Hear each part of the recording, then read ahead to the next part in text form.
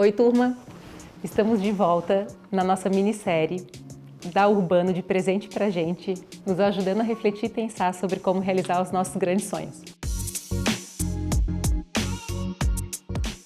Sempre que eu preciso falar dessa ferramenta, eu me emociono e por isso chama Receita da Alegria. Eu me alegro. Na verdade, o objetivo desse vídeo é esse. A propósito, e antes de eu falar da Receita da Alegria, quero dizer que esse é o terceiro vídeo da série. O primeiro vídeo a gente falou sobre eliminar pendências. Depois a gente falou da roda da vida e do sumário de metas. E nessa roda da vida e no sumário de metas, a gente elegeu uma meta virada de chave, que é o objetivo dos nossos encontros aqui, né? O que acontece? Se tu não visse ainda esses vídeos, procura nos conteúdos, porque vale a pena e tem uma sequência bem lógica tudo que a gente está preparando. Com um destaque, a Urbano preparou pra gente um material em PDF pra gente baixar, imprimir, inclusive compartilhar e fazer com a nossa família, com a nossa equipe, ou fazer só a gente. E mais uma coisa que eu vou aproveitar para dizer é pra gente fazer a nossa inscrição no canal da Urbano e ativar o sininho, porque daí a gente recebe em primeira mão os nossos vídeos da nossa minissérie e um monte de conteúdo bem legal que a Urbano prepara pra gente. Então, voltando no nosso assunto Receita da Alegria. Digo que me emociona porque é momento de cada um de nós pensar em uma grande realização das nossas vidas. É como se a gente pegasse a nossa linha biográfica mesmo e pensasse quais foram os momentos mais marcantes. Quando foi que eu estive em tão boa fase que eu realizei um grande sonho? E claro, eu tenho certeza que a gente tem mais de um grande sonho, mas hoje o desafio é a gente escolher um sonho que a gente realizou, alguma coisa que a gente já viveu. E eu quero compartilhar o meu sonho para a gente entender bem a ferramenta, porque a gente vai perceber que os nossos grandes sonhos, eles tiveram uma estratégia inconsciente, que de alguma forma a gente caminhou alguns passos na direção de que ele fosse realizado, de que ele acontecesse, e a gente nem percebeu que aquilo era um big de um planejamento estratégico. Por que essa ferramenta está aqui depois da nossa sessão de meta prioritária, de meta virada de chave? Porque a gente vai caminhar esses mesmos passos. E o mais importante é que a gente vai descobrir qual passo a gente não está dando hoje. Porque normalmente o nosso inconsciente nos coloca nos mesmos padrões de comportamento, né? Mas tem coisa que às vezes escapa. E a gente veio aqui para procurar, para encontrar onde é que está a chave, qual é o passo que falta a gente dar na realização dessa meta prioritária que a gente estabeleceu no vídeo anterior. Tá, deixa eu contar meu caso. Eu entrei no colégio e eu tinha mais ou menos uns 11 anos. E na escola onde eu estudei, eles têm até hoje a maior Olimpíada, os maiores encontros de jogos interséries. Então eles têm a maior Olimpíada do estado de Santa Catarina. E eu sou atleta, sempre fui apaixonada por esportes, mas a coisa que mais me chamou a atenção, eu muito pequenininha, com 11 anos, na quinta série, entrando no colégio, foi que quando as Olimpíadas começaram, um casal entrou correndo com a tocha olímpica e correndo pelo campão, que lá era um campão assim que tem aquela pista de corrida, eles fizeram 2 voltas, entraram pelo meio do campão e acenderam a pira olímpica e tal, e aí os jogos começaram. Sabe quando tu olha para uma coisa e pensa assim, isso é para mim, eu nasci para correr com a tocha olímpica. E certamente aquilo que a gente realizou foi parecido, parece que é uma intuição, né, que fala com o nosso coração. E eu olhei aquilo e falei, eu quero correr com a tocha olímpica, como será que faz, né? Aí terminou a abertura das Olimpíadas, eu fui até o setor responsável pela organização dos jogos e falei com o Marquinhos na época. Falei, Marquinhos, como é que faz para correr com a tocha olímpica? Ele falou, olha, Vanessa, para correr com a tocha olímpica, tu tens que estudar aqui no colégio até o terceirão, tu só pode correr com a tocha olímpica quando você chegar no terceirão. Tu tens que ser uma boa aluna, você não precisa ser a mais dedicada aluna, mas você tem que ter uma média boa.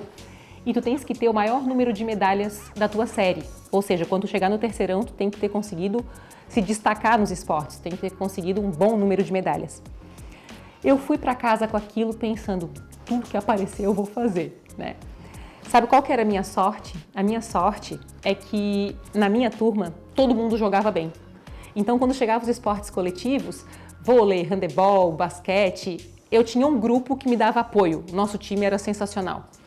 Melhor que isso, a nossa professora era 10. Quando a gente ia para educação física, eu já ia assim como se fosse treinamento profissional para os Jogos Olímpicos, né?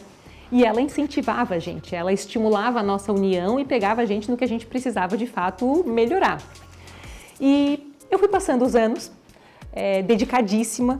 Uma estratégia sacada que eu tinha é que quando tinha, por exemplo, judô, eu treinava muito antes judô. Eu ia na academia do Rocha, que ficava na escola, e falava, Rocha, vai ter judô semana que vem, posso treinar? E eu tinha habilidade, eu tinha facilidade para os esportes. Então eu treinava uma semana e eu chegava aquecidíssima nos jogos. E isso dava uma diferença. E no fim das contas, eu fui medalhista, fui pódio em 18 modalidades diferentes.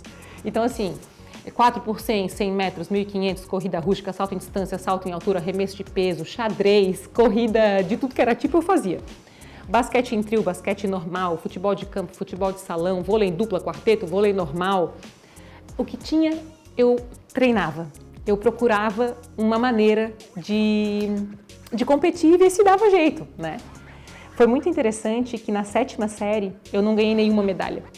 E eu lembro que foi marcante porque eu não desisti. Foi um período de seca que eu falo, né? E eu continuei treinando porque eu ainda tinha 8ª, tinha 1º, 2º e 3º ano e eu já tinha um montão de medalhas da 5ª e da 6ª série.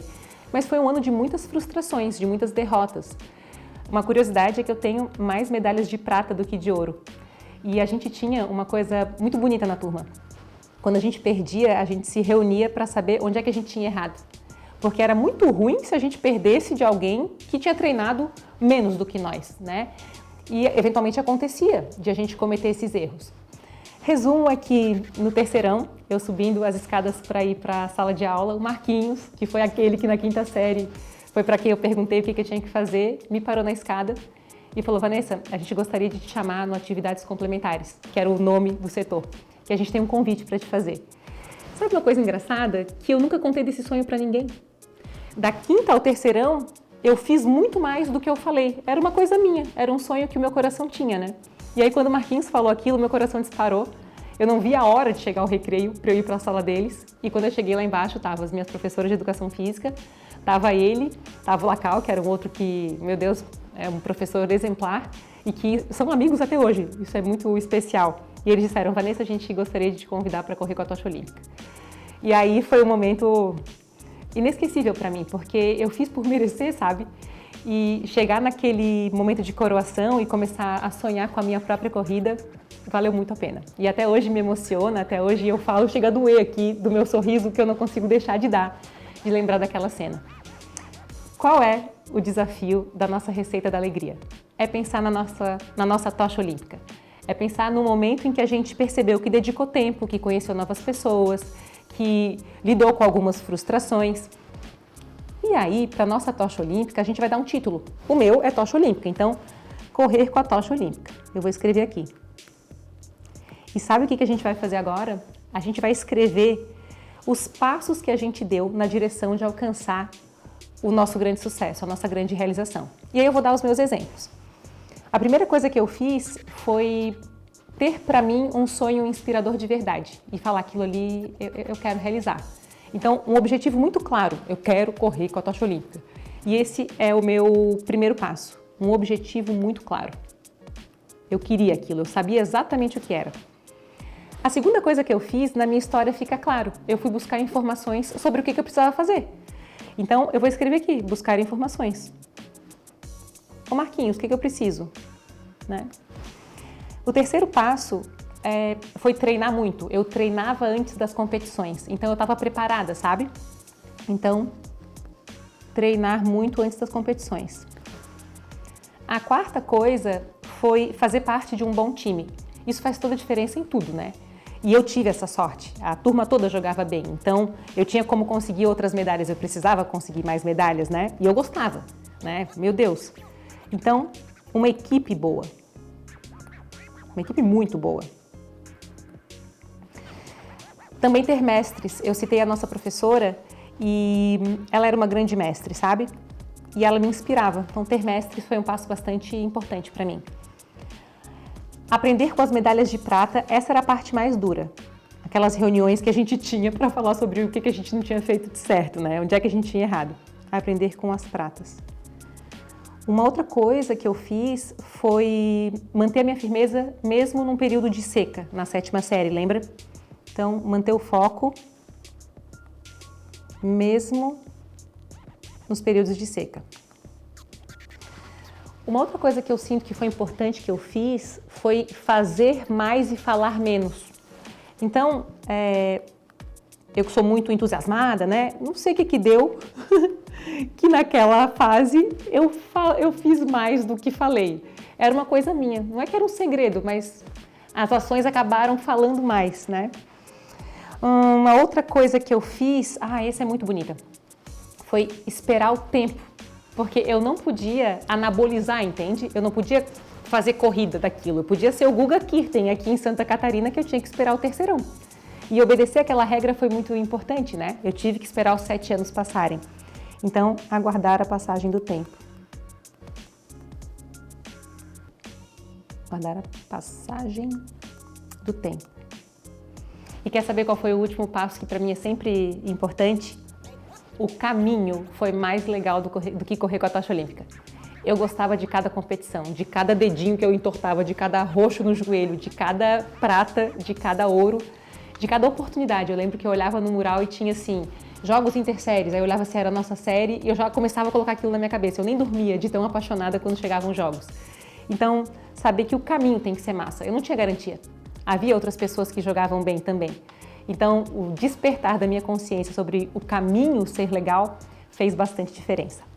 Então, o caminho foi tão legal quanto correr com a tocha olímpica. Vá, olha só, tu colocou 10 passos. Quando eu estou pensando aqui nos passos que eu dei para minha própria tocha olímpica, eu encontrei 5 passos. É normal, sabe? Sabe que as primeiras vezes que eu falei sobre a receita da alegria, quando essa ferramenta surgiu, eu também não tinha 10 passos, não. Depois, quanto mais eu fui contando aquela história e me conectando, mais consciente eu fui também ficando sobre o que eu fiz, afinal de contas, né? Tá, mas Vá, por que tu colocasse a receita da alegria como nosso terceiro vídeo da nossa minissérie? Porque quando a gente olhar a nossa meta prioritária, a gente vai se fazer essas perguntas. A minha meta prioritária é o portal novo da nossa empresa. É a minha virada de chave. Então eu vou olhar aqui. O objetivo está claro? Eu busquei informações? Eu estou treinando muito? A minha equipe é muito boa? Eu estou com os mestres certos? Eu estou aprendendo com as minhas medalhas de prata? Eu estou mantendo o foco mesmo quando eu não tenho certezas, né? Mesmo quando a gente fica no período de seca? Eu estou fazendo mais e falando menos? Eu estou aguardando o tempo das coisas, porque leva tempo para fazer isso? O caminho está sendo legal? Se algum desses passos aqui eu não estiver executando, por exemplo, para mim, eu penso que eu tenho falado muito disso. Talvez eu silenciar um pouco mais seja importante para eu encontrar a inspiração que eu preciso para terminar todo o conteúdo do portal, né? E tá aqui, eu vou botar aqui um círculo em volta do meu número 8, porque talvez seja o que eu estou precisando fazer para alcançar de novo mais uma tocha olímpica da minha vida e sentir novamente o que eu senti quando eu consegui essa grande conquista. Na semana que vem, a gente vai ter o nosso vídeo de encerramento dessa minissérie e uma sessão profunda também. Eu espero que esteja sendo profundo tudo isso pra gente. A gente vai precisar de um material, então assim, se hoje tu for pro centro, passar no shopping, compra cartolina, vai lá no consultório médico e pega as revistas dele e pede, médico, posso levar algumas das tuas revistas? Vai no vizinho e pergunta, posso fazer uns recortes? Porque a gente vai falar da nossa vida nos próximos anos e a gente vai produzir o nosso cartaz de metas. Vai precisar de cola, tesoura, cartolina e algumas boas revistas. Esse conteúdo de hoje me anima muito, quero agradecer por poder compartilhar com a gente a minha tocha olímpica e dizer assim, envia esse conteúdo para mais pessoas que precisam relembrar que a gente sabe o nosso passo a passo na direção da nossa meta e no nosso sonho. E aproveitar que a Urbano está dando de presente para a gente toda a estrutura para ajudar a gente a realizar os nossos grandes sonhos.